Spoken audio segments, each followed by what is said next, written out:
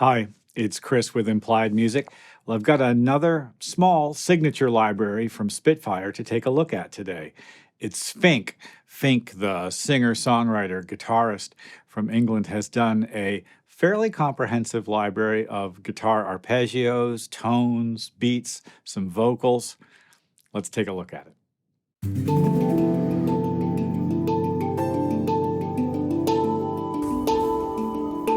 Well, I was particularly interested in this library because one of my guitars, kind of my favorite guitar, is a Martin D35.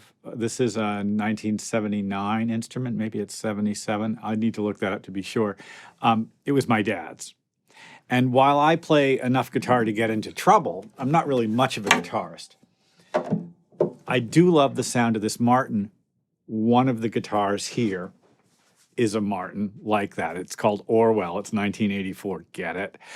Well, what's appealing about this library? I'm just going to run this in the background. I made a little piece.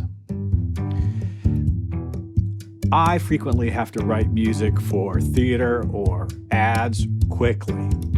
And while I can play a guitar part, I'll tell you what, it's a pain to set up microphones and get a good quiet sound.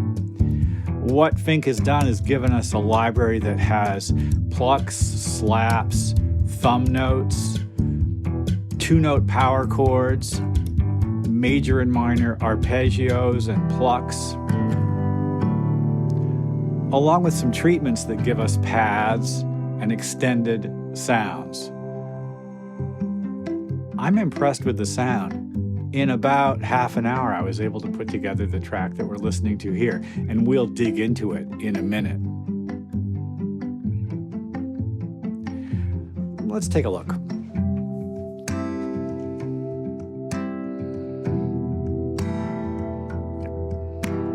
Thank you, boys. So the interface is very familiar. Anyone who owns any Spitfire instruments will immediately recognize what's going on here. The collection of instruments provided to us runs a fairly narrow sort of singer-songwriter gamut, but it's enough to make a decent track. There are three guitars represented. Brady, a more focused and sort of barking feisty, which sounds a little bit like one of my archtops to me, to tell you the truth, kind of a festival guitar sound. And then the one that I mentioned earlier, the Orwell guitar, which is a big old Martin. And honestly, it's got that boomy piano bass, maybe a little too boomy. In fact, I found myself having to EQ 200 down by about 3 dB, and I also wanted a little more lift in the highs. Well, let's, for argument's sake, just take a listen to one of the arpeggiated patches. Down below, you see color-coded keys, and this is normal for these kinds of chord-based things. Here's a G chord.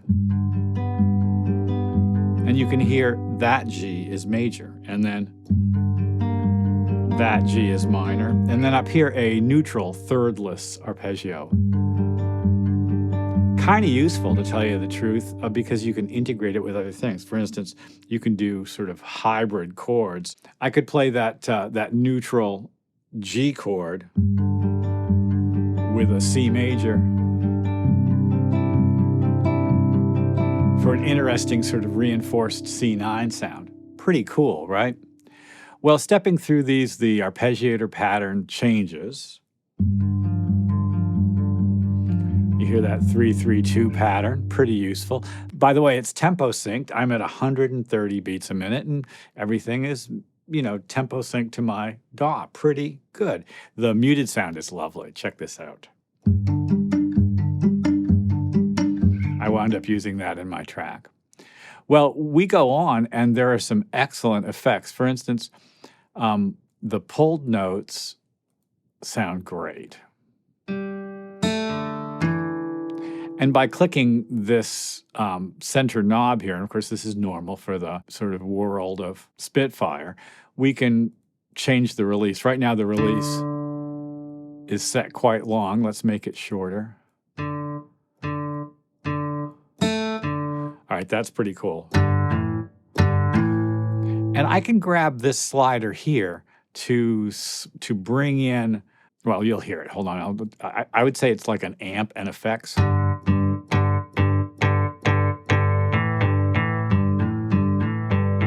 Sounds like it's going through an amp, doesn't it? So a little pattern.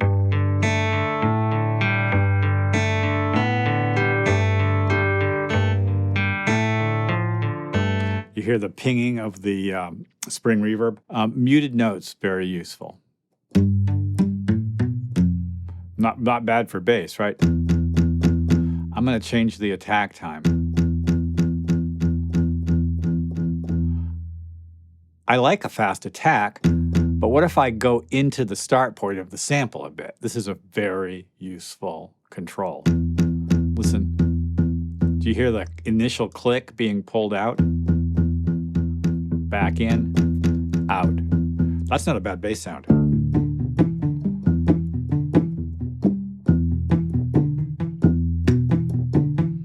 Those instruments are pretty much consistent across all three guitars. If you want a really good breakdown of this, take a look at the Spitfire website because I think it's Lucy has done a comprehensive look at things and talked a lot about all of these individual controls. I'm pretty impressed by it. She's a terrific composer too, by the way. You gotta love somebody including beats for you, right?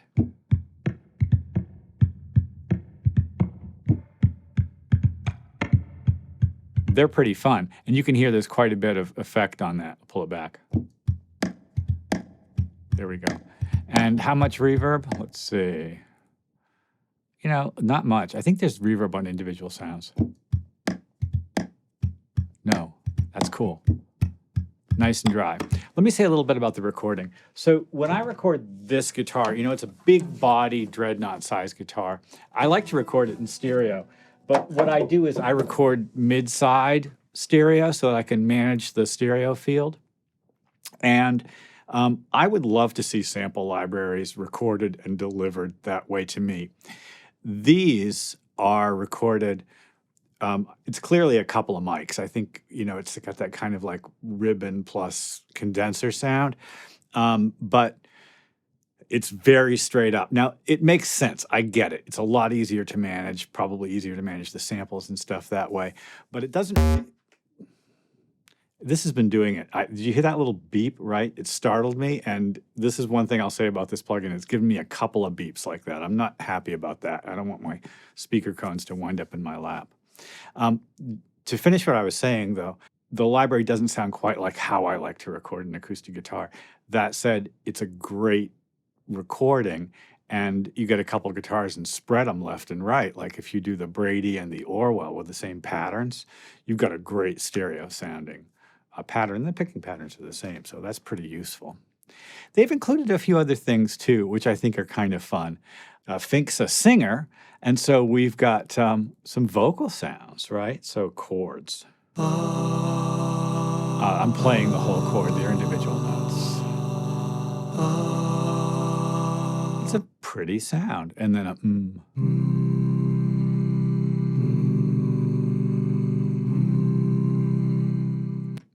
ooh.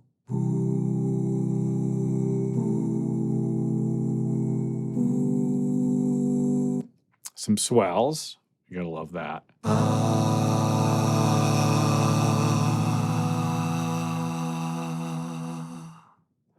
And I think those would go very nicely with the Oliver Weeder Pool signature library as well. Well, additionally, down here below that, some pads, and you know they're lovely pads, and you can make pads by changing the start point and adjusting envelopes and stuff. But it's great that they've done it for us.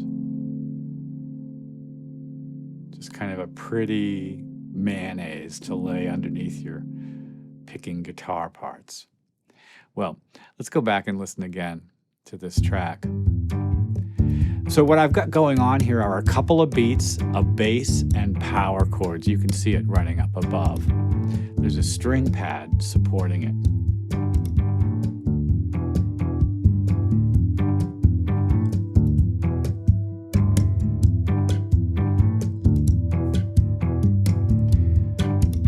And then coming up to measure 17, I'm going to just one simple pulled chord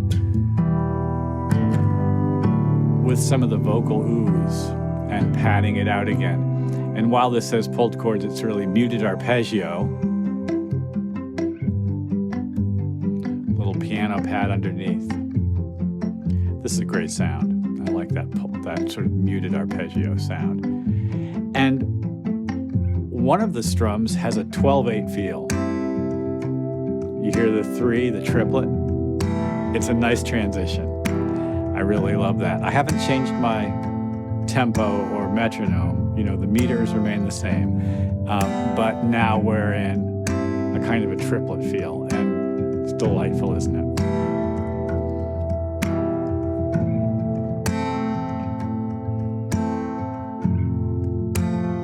Thank you, boys. Well, Fink, and I don't really like saying the word Fink because, you know, I don't know. It's not a positive word, is it? Maybe it is. I don't know. Fink's library is terrifically useful, and I think it's going to be a time saver for those moments when I need supporting acoustic guitar, especially. Pretty much that. I think that's really where it shines, and I can, you know, just pull it up and drop it in along with, say, maybe bass and real drums. The recording is very, very clean. I have some reservations about the stereo image of the guitar, but that's a niggling detail. And then those random pops that occurred a few times while I was building this track, and then in the middle of this, you heard it happen, are somewhat troubling. My master output bus went up to 555 dBs. Seems a lot. Well, I hope this has been useful. Like and subscribe.